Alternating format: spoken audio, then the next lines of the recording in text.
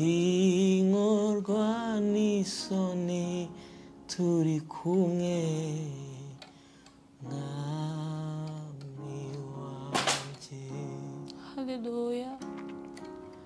sinkorwa n'isoni turi kumwe mwami wanje. Nacyo nkuhisha Haleluya. imbere n'inyuma, ni wowe maboko yanjye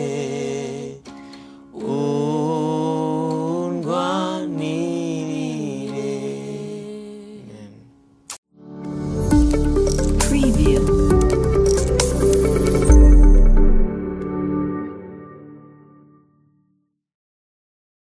Muraho neza, mumeze mute? Turabasuje mu izina rya Yesu Kristo. Tubahaye ikaze nanone yandi twe twakumbuye cyane inshuti zacu zirenga 1600 kuzamura. Ni kuri Fisi na Carine nkuko mubibona turagarutse nyuma y'igihe kitari gitoya. Abantu benshi batwandikiye batubaza ko mutagikora bimeze bite, ariko nyine igihe cyari kitaragera, Byari byaranze. Satani ntago abatworoheye Igihe byanga. Ego. Ariko twarabizirikanaga natwe twari tubakumbuye, ariko buriya uyu munsi wari uyu. Mbere na mbere rero nkuko mubimenyereye, reka tubanze dushime Imana tuganire, ariko duhaye n'ikaze abantu batubonye ari ubwa mbere bose. Uyu muntu umutware wanjye, yakaba wife wanjye, mudamu wanjye, kuba tumva icyongereza, mudamu wanjye. yego. Yego. So nitwa Carine umurutasate Rubayize Manuel Fisi cyangwa mama Tiago, cyangwa papa Tiago. yego. Yeah. Numva tubibwiye n'umugabo mureba hano n'umugore we, ababyeyi b'umwana umwe. Kadushima Imana. Mana nziza, Mana ishobora byose, turagushimiye ko uri uwera, turagushimiye ko uri igitangaza, turagushimiye ko uri Imana idukunda urukundo rwinshi, turagushimiye ko uri Imana igiseruka, turagushimiye ko uri Imana igitwitaho, yaba mu makuba yaba mu byago, ntabwo ujya udusiga na rimwe. Izina ryawe rishimwe. Muririmbyi yuzuye umwuka wera aravuga ngo abiringiye abantu barabahemukira, ndetse babahanga amaso bakabakoza isoni. Haleluya. Ngo ariko abakwiringiye ntabwo bajya bakorwa n'isoni, kuko abo ngabo ngo bameze umusozi. Haleluya.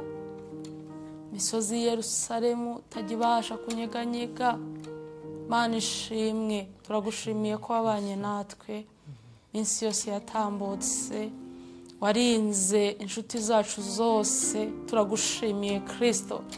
Bagabo bo kurica n'abadukurikiye warabarinzi. Hari abagabo benshi bapfuye mu gihe tumaze tudakora, hari ababyeyi benshi bapfuye, hari abakobwa n'abasore, hari abana batoya, hari urubyiruko. Kristo wabanye nabo urabarinda bo kuba bageze aka kanya bari kutureba.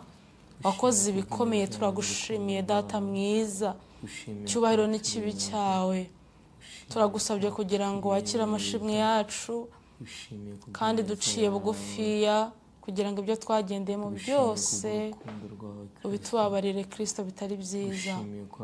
Tugiye gukora iki kiganiro, turagusabye kugira ngo izina ryawe ryo rihabwe icyubahiro. Reka umuntu wese udukurikiranye Kristo ntasoze iki kiganiro ko yagitangiye, ahubwo agira icyo yungukiramo, kandi izina ryawe rikomeze guhabwa icyubahiro Kristo. mu izina rya Yesu Kristo, amen. Gira mugenzi wawe ngo amen. Amen. Mugenzi wawe ni njye. Amen. Imana ishimwe. So reka Dusome n'ijambo ry'Imana nk'uko bisanzwe.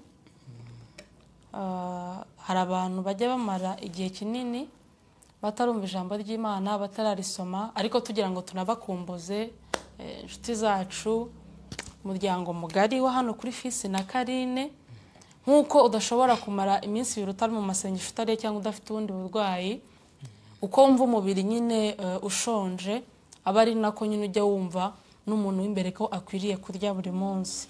Ikintu gitunga umuntu w'imbere ni ijambo ry'Imana, ni umutsima utera imbaraga. Reka dusome Zaburi ya 91 umurongo wa mbere. Iravuga ngo uba mu rwihisho rw'isumba byose azahama mu gicucu cy'ishobora byose. Umurongo wa 2 uravuga ngo ndabwira Uwiteka nti uri ubuhungiro bwanjye, ni igihome kinkingira, Imana niringira, Imana ishimwe.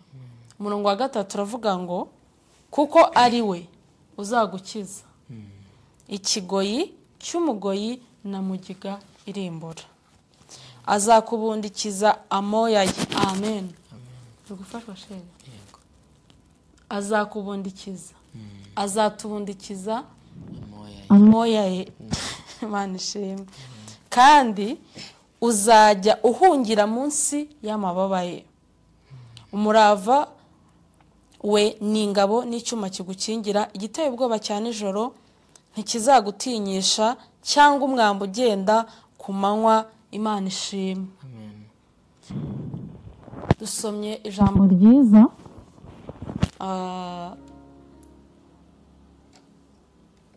ritubwira ngo Uwiteka ni ubuhungiro bwacu, niwe udukingira, niwe uturwanirira, niwe utwitaho, niwe utumenyera ibidukwiriye, niwe ujya ubana natwe mu bihe bigoye. Kuko iyo batubwiye ngo ni ikigoyi, azatubera amababa, azatubera urwihisho, bivuze ngo hari ibintu byinshi bizaza bidutera, hari ibintu byinshi bizatubuza amahoro, hari ibintu byinshi bizaduhungabanya, hari ibintu byinshi bizaturwanya, ariko Kristo wenyine niwe bwihisho bwacu. Imana ishimwe. Twatangiye dusenga tuvuga ngo abiringiye abantu barabahemukira, muri iyi si abantu n'abumumaro, muri iyi si abantu barakenerana, muri iyi si dukenera ihumure ry'abantu, dukenera ubufasha bw'abantu, ariko nagira ngo nkubwire ngo ibyo byose hari igihe birangira, ibyo byose bijya bihinduka. Imbaraga z'abantu zijya zirangira, imbaraga z'abantu zijya zigira iherezo. Haleluya. Hari umunini yavuze ngo niwe byiringiro nzamanuka nayo.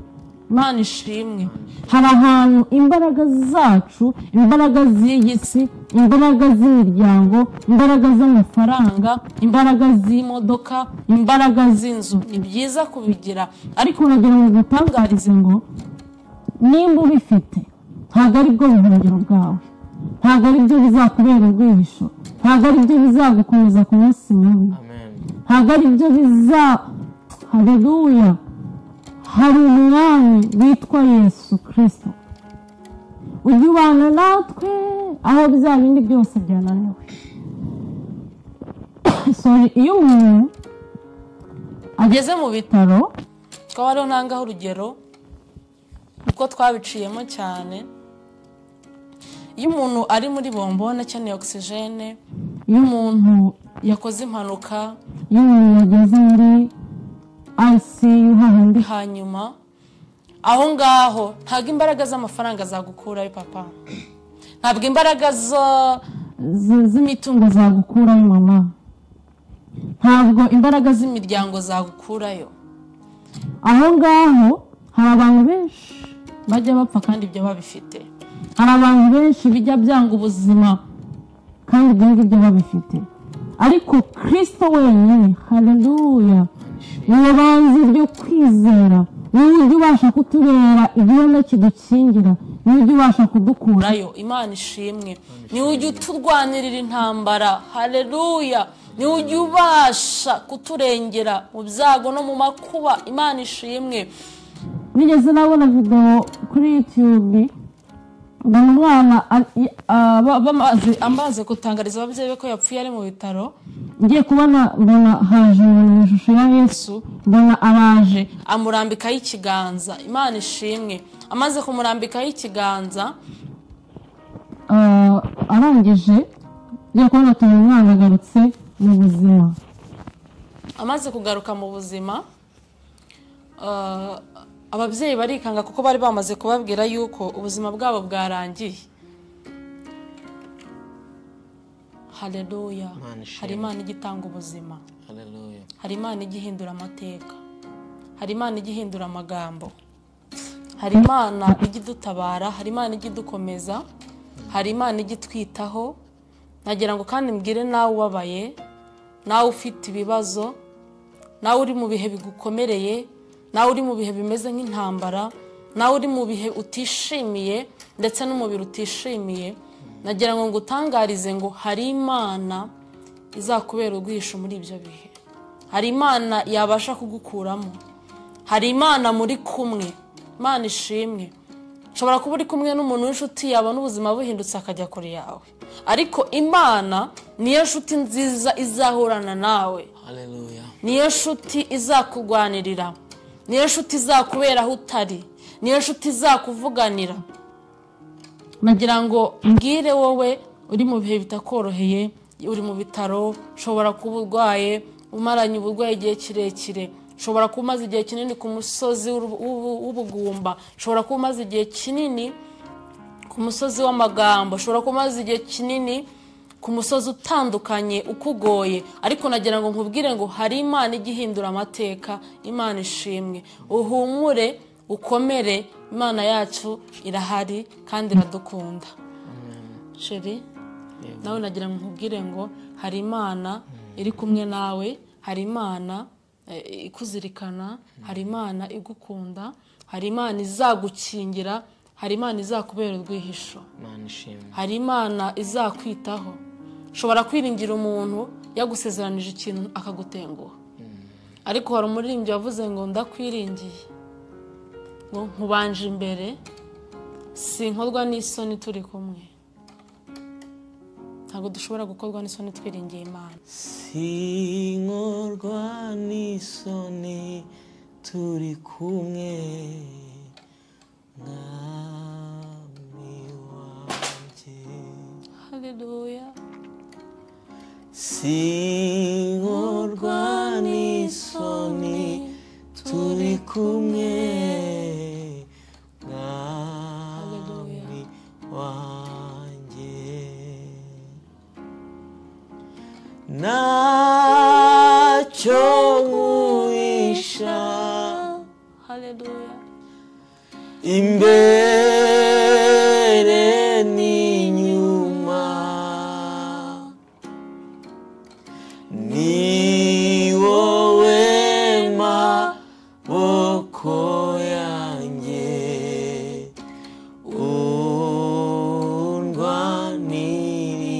undwanirire. Imana ishimwe. Ndakwiringiye nkubanje imbere,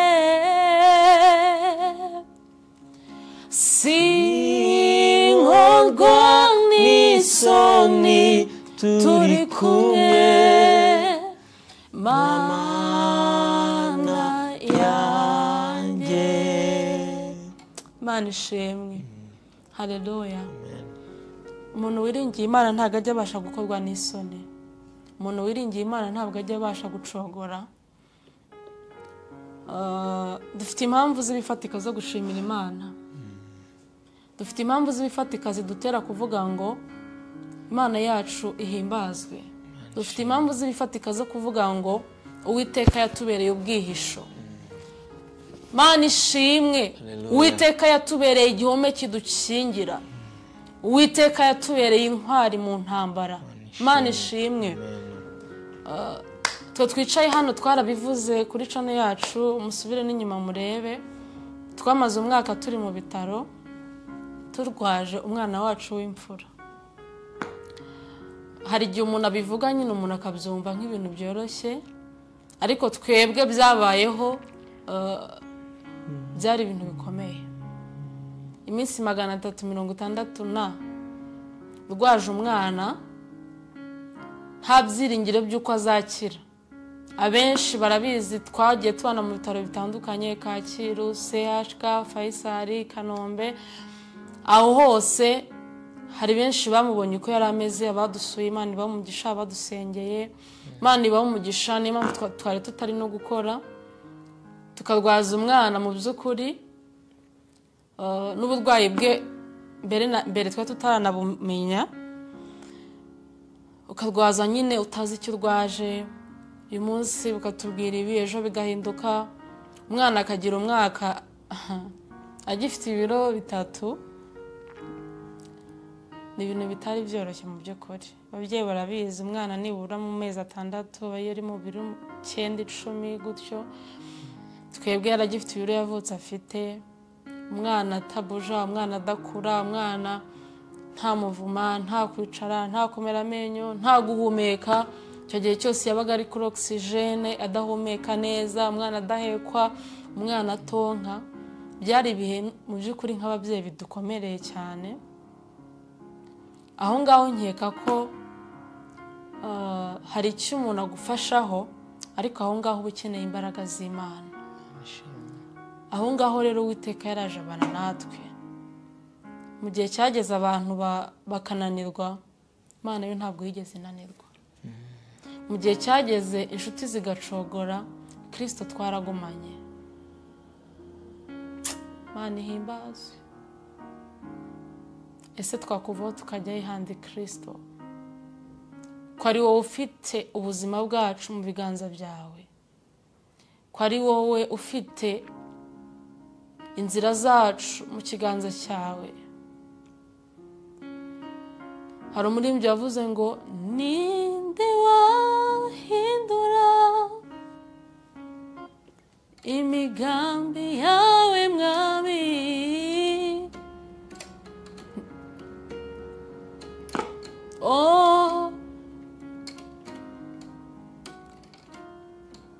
uvuze yego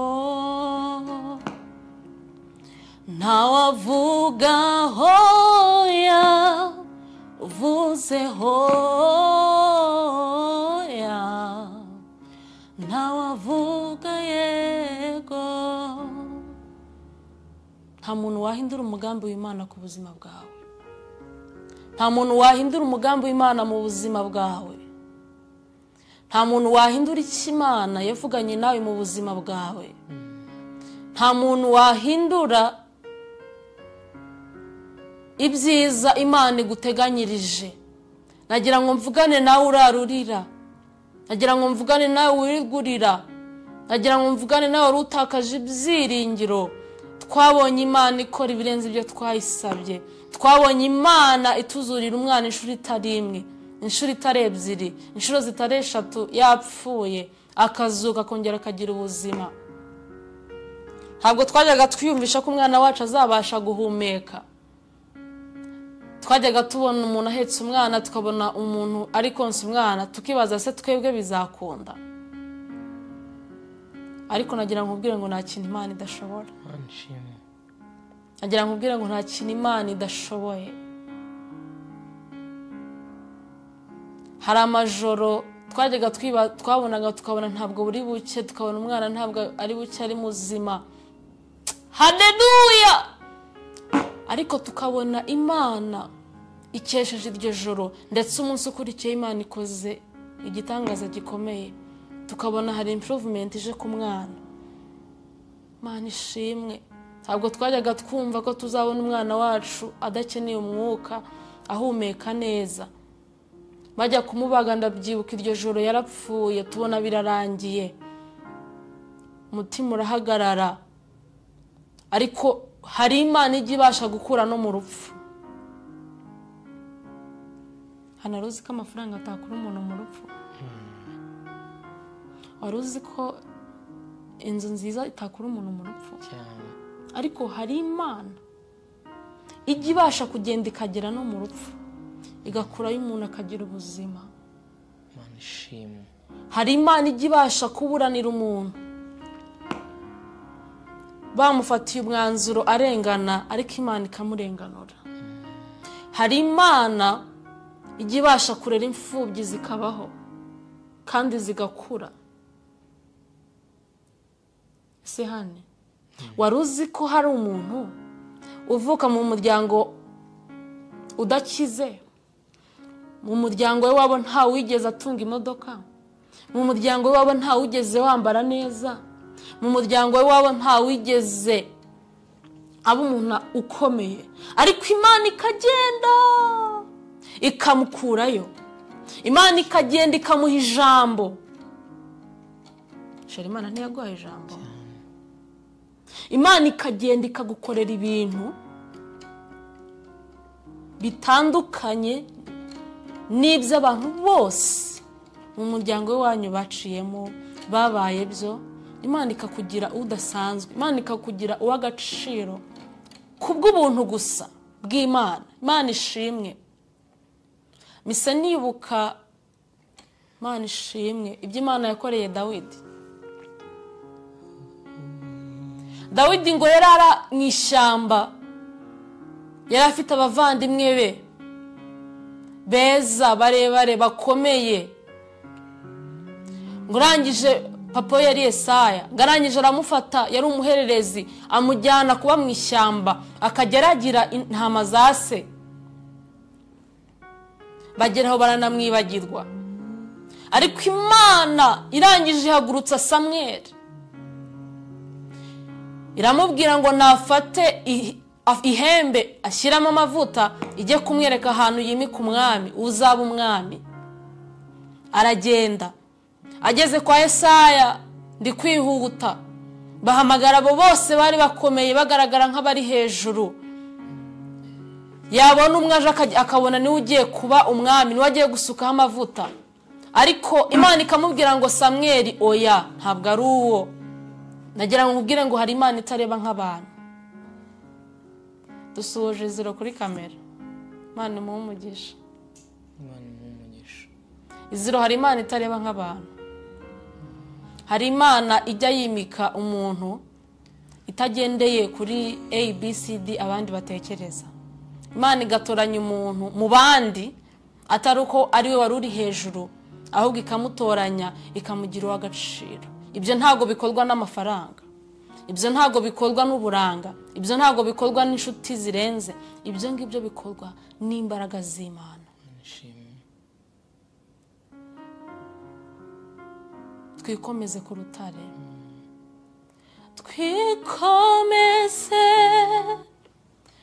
ku rutare naho ahandi n'umusenyi, naho ahandi n'umusenyi. dufatanye twikomeze ku rutare naho ahandi n'umusenyi, naho ahandi n'umusenyi. Imana ishimwe. Mana turagushimiye. Haleluya. gushimiye ko uri Imana igira neza. Imana ihimbazwe. gushimiye kuri Imana idukunda. tugushimiye ko uri Imana itwitaho. turaguhimbaje Kristo. dushimiye kuri Imana itureberera aho tutareba. tugushimiye urukundo rwawe rwiza, dushimiye ubuntu bwawe, imbabazi n'urukundo rwawe. wemeye gutanga umwana wawe kugira ngo apfe ku bwacu. wemeye gutanga umwana wawe Yesu kugira ngo ubugingo bwacu buraganwe nawe. muri iki gitondo turagushimiye. dushimiye kuri Imana igira neza. Mana twagiye tubona imbaraga zawe, twagiye tubona urukundo rwawe, twagiye tubona ineza yawe. Mana tugushimiye uburyo wabanye natwe turi mu bihe byo gusoza umwaka. Hari igihe twari turi mu bitaro, hari igihe twumvaga tutazigera turangiza uyu mwaka. Twibutse uburyo twageze mu kwa 12 ubuzima bwacu buri mu kaga, turi mu marira, ariko turagushimiye ko uyu munsi twongeye kugaruka dushima. Tugushimiye ko uyu munsi twongeye kugaruka tuvuga imbaraga zawe. Mana uhabwe icyubahiro. Hari umuririmbyi wavuze aravuga ngo doraho niho mbonera haleluya imbaraga mu bikomeye. Mana ishimwe. Aho niho njya nkura ubutsinzi. Haleluya Mana ishimwe. Datumutima wanjye urifuza kubana nawe. Aho niho mbonera iteka. Haleluya. Datumutima wanjye urifuza kubana nawe. Aho niho nzabiteka. Mana turagushimiye, warakoze kutugirira ibambe, warakoze kutugirira icyizere, warakoze kuduha ubuzima, warakoze kutugira abazima, warakoze kutwitaho. Uhabwe icyubahiro. Iki gitondo dufashe amashimwe yose wakoze kuva uyu mwaka utangiye mu kwezi kwa mbere kugeza muri uku kwezi kwa nyuma. Watugiriye neza, abari barwaye warabakijije. Mana watanze ubushobozi, abari babuze amaminerivare watanze ubushobozi, bari babuze ibyo kurya waratugaburiye. Mwami turagushimiye ko wagiye ukora ibirenze ibyo twagusabye. Icyubahiro ni icyawe. Habwa icyubahiro rero. Umugisha umuntu wese udukurikiye, umugisha umuntu wese udushyigikiye, umugisha kuri buri umwe wese utwifuriza ibyiza, umugisha buri muntu wese wifuza iterambere, umugisha buri muntu wese ukurikiye iri jambo, umugisha umuntu wese uri kumwe natwe. Haleluya. Urakoze kuri Imana igira neza. Komeza ubane natwe turi mu minsi yo gusoza umwaka. Komeza ubane natwe turinde impanuka mu izina rya Yesu. Kwezi kwa 12 gukunda kubamo ibintu bikomeye, ariko turagusabye kugira ngo uzatube bugufi. Neza yawe ukomeze tubeho kuko Imana igira neza. Urakoze kuri Imana igira neza mu izina rya Yesu Kristo. Urakoze. Amen. Dushimiye abantu bose twari tumaze igihe tutabonana. Abantu benshi twumva twaheruka gukora mu kwezi kwa gatandatu hafi aho ngaho. Twari tumaze igihe tudakora kubera kurwaza umwana. Tumaze igihe turwaje umwana, ariko ntabwo tuje noneho turira, turi gushima ko Imana ari ibyo iri gukora. Kuba twicaye aha ngaha ni icyerekana yuko hari ibyo Imana yakoze. Umwaka ushize mu kwa 12 twari turi mu gahinda, ariko turashima Imana ko uyu mwaka turi mu mashimwe. So turabasabye rero kugira ngo mukomeze mutube hafi. Abadushyigikiye batarakora subscribe, wadufasha gukora share, comment, wadufasha kutubwira ibyo twahindura, ibyo twakora. Dukomeje kubabwira ijambo ry'Imana.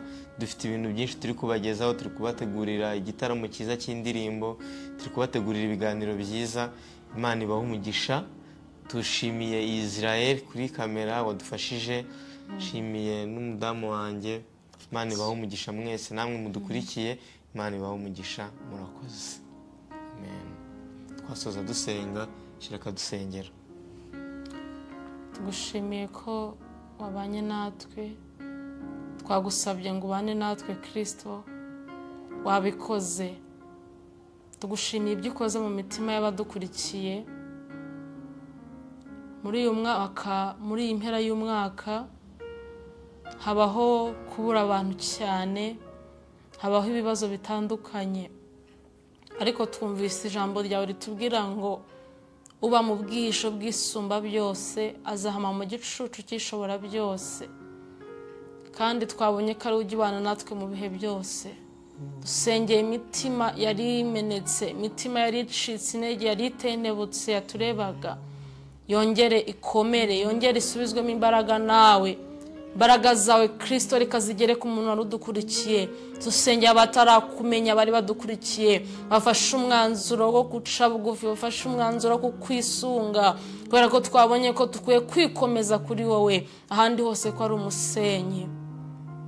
Turagusabye kugira ngo utange agakiza, utange imbaraga, utange ihumure, kandi Kristo dukomeza no kugushimira kubw'ibyo wakoze. Izina ryawe rikomeze gushyirwa hejuru.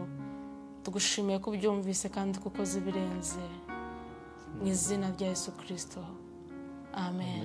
Imana ibahe umugisha.